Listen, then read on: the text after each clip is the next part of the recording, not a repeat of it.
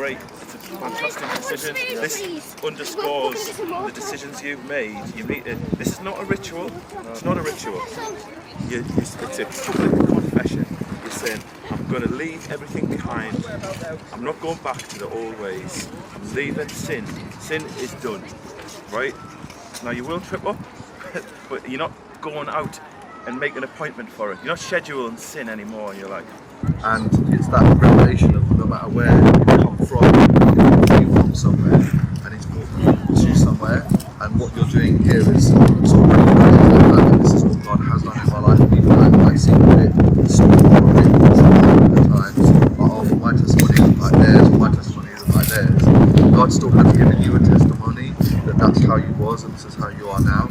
And as Pastor Andrew said, it's a process.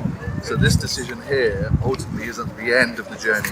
It's what you do hereafter, acknowledging the fact that this step here, you leave your life behind and saying, I'm not going back to that.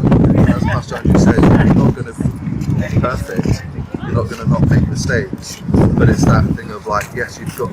Ultimately, this becomes a reference point for you. Yeah.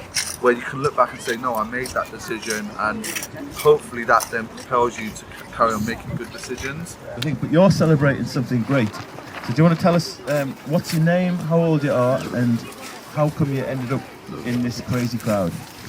Hello, my name is Leon. I'm 25 years old. I'm originally from Middlesbrough. Up the borough. Up the borough. I'm a Sunderland fan now. Yes, what led me here today to Jesus was I was living a very simple life in Middlesbrough.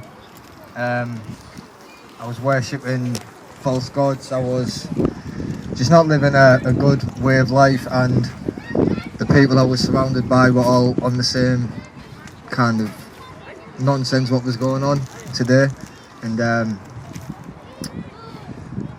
I just ended up getting worse and worse. And I'm just going to ask you, what sort of things were you doing? What kind of lifestyle were you living? Well, I was a drug addict by 21, drinking alcohol, a lot of pornography, a lot of fornicating, just not online with the Lord. And I'd never even heard of like the Lord until I moved up into Sunderland. And yeah, it was a very dark place I was in, and I was in a dark place. But I was actually embracing the darkness in a way, and I kind of thought it was cool. And I kind of had this fake persona where I was this tough guy, and I was this, you know, something I wasn't really. And I was going home crying on the night, and then going back into living this demonic lifestyle around the same people who were doing the same thing. And we all thought it was great, but deep down we all were wrong, you know. So in the book of James it says that everyone who sins is the slave of sin, and that's what you're describing. But Jesus has broken those chains. And I remember Leon seeing us outreaching in the street. This is what we do. We tell people about Jesus.